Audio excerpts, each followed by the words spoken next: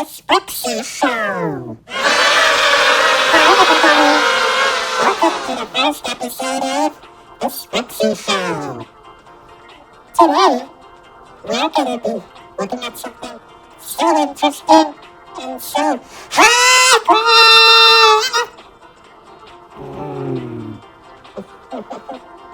Oopsies. Never mind. So, do you know what we're going to be doing today? A review?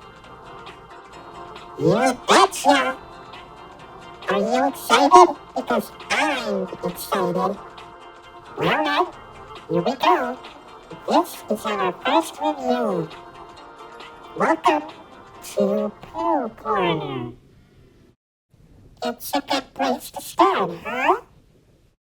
But Green, I heard about this show. It's, well, don't worry, Orange. Please just calm down. It's okay. Ah! I don't want to hear about it anymore. Please, I don't like this show. I want to go home now. Can we just skip this review, please? Please? Anyway, let's continue with the review. Well, first of all, it looks like an innocent Winnie the Pooh show, huh? Well, it is. It's worth noting that this is the very first Winnie the Pooh TV series. And as you can see, it's live action. Who doesn't love live action? Okay. Let's play it straight. Let's just take a look at some of the differences. The biggest difference is Winnie the Pooh himself. He looks like Winnie the Pooh, only some people think he's creepy looking. Well, the cartoon Winnie, he's kind of cute. As you would expect, that's his regular appearance. But the live action one in Pooh Corner, he's kind of, well, dare I put it, a little bit unnatural. I mean, his head seems a little too small, obviously because it's a costume, and people don't have that big of a head.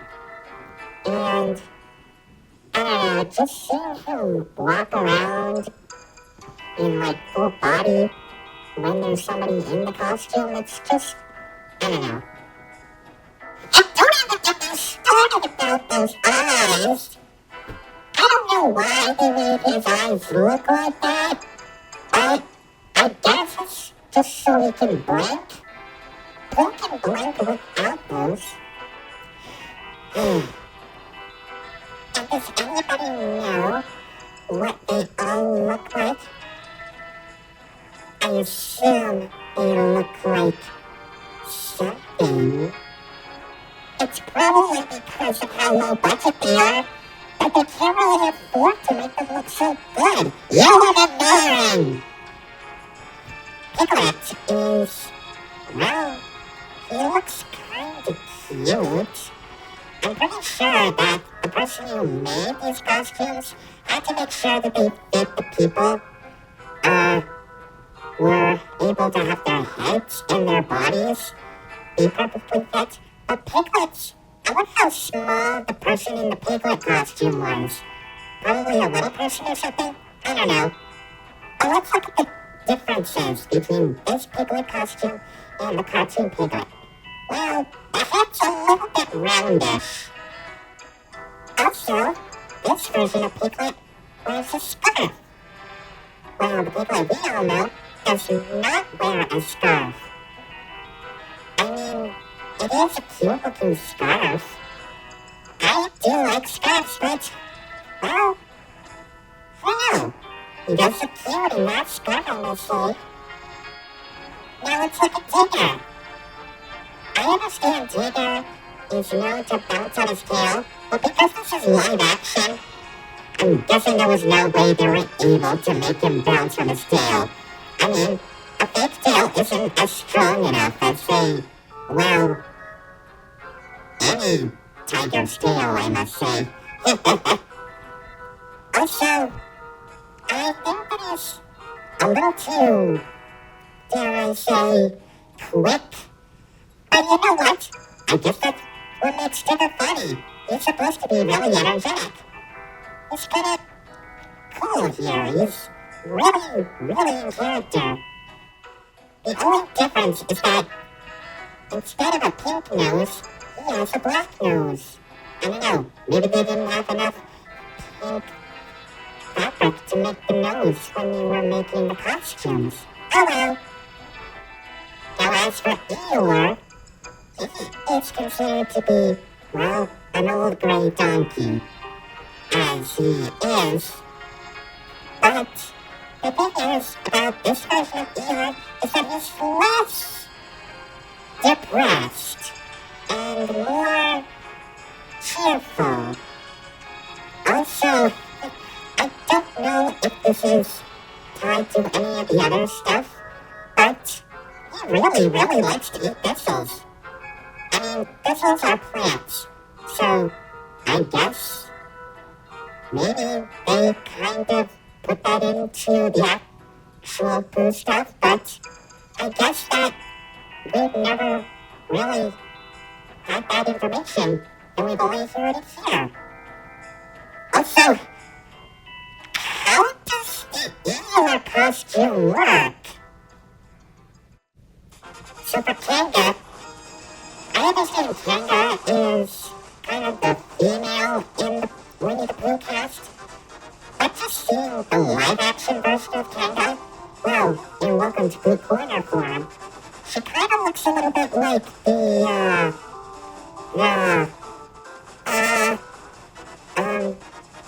let's move on. Rare is, he's actually kind of cute. And that's all. Moving on. As for Rabbit, okay, going back to the costume proportions, and, well, the reason why they look like this is so they can fit the person in the costume. But for this, I feel like Rabbit looks a little bit too, wide. Well, the cartoon Rabbit is more, well, thin, I must say. Also, I guess that Rabbit is less cranky than his original cartoon counterpart. Maybe the people who make the show just don't like Rabbit being a jerk. Finally, we have Owl. Owl, well, I'm guessing he's more of the, I don't know, he does have a gag of, or the running gag, I must say, much like Eeyore with the thistles. He likes to talk about his relatives. But you know what? Well, I'm guessing that's kind of a thing he could do. I mean, yeah, sure, he can be very mature and wise, but, yeah, just hearing him talk about his relatives is kind of a new thing, I guess. But, yeah, I'll stick with that. I can understand. Gee, Green, I never knew that the characters had some interesting looks and personalities. It almost felt like that I missed something from the original stuff, or should I say, the actual stuff that's been around for the longest. I know. And you, on the other hand, always respected them as creepy. But if you keep on looking at them, they might not seem creepy at all. They're actually kind of cute. And really funny. Yeah, sure, it might be pretty low budget. They probably didn't have enough money. But I see them as just okay. They're supposed to be pure and sweet. and adorable. And they are, just like in here.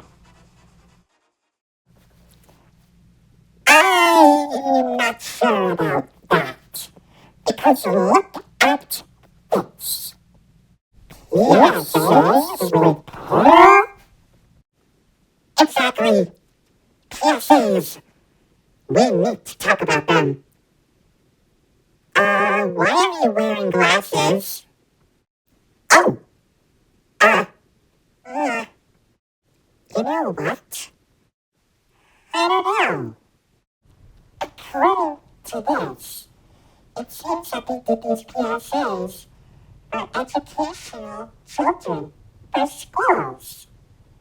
They talked about school bus safety and stranger danger. Oh, that's nice. I guess it would have been... What? School bus safety, etiquette, and stranger danger? Are you telling me that they also educate children at school? Yeah. Is that a problem? I can't believe that those kids were actually able to pay attention without, worrying. Don't worry about anything. You see, Pooh's Great School Bus Adventure is a 13-minute long PSA that was released, I believe, in 1984. It taught children all about proper school bus etiquette. Well, what the point is that the gang boards the school bus to deliver a prepared school lunch to Christopher Robin, which I believe is the only time he was ever addressed to in the show. Anyway, while on the bus, they talk about what to do and what not to do in terms of school bus safety. This includes not running in front of the bus, not going under the bus, and don't eat or drink on the bus. Proper safety, school bus stuff, all that stuff like that. It's not really that popular. In fact, I'm pretty sure that you can only find a VHS copy of it somewhere in, a really old vintage antique store or something, some kind of thrift shop. There's no way you're able to find it in a library anymore. Unless you look hard. Really hard. Come on. I feel like that this is probably one of the most jarring things I have ever experienced from Winnie the Pooh, but there's more. However, there was another PSA, which is obviously the Stranger Danger one. Too Smart for Strangers was released in 1985 and was 45 minutes long. That is a very long one, but it's only lasted 45 minutes. In this one, you have to learn all about stranger danger. It features a few kids talking about what to do when approached by a stranger and what to do when, that happens.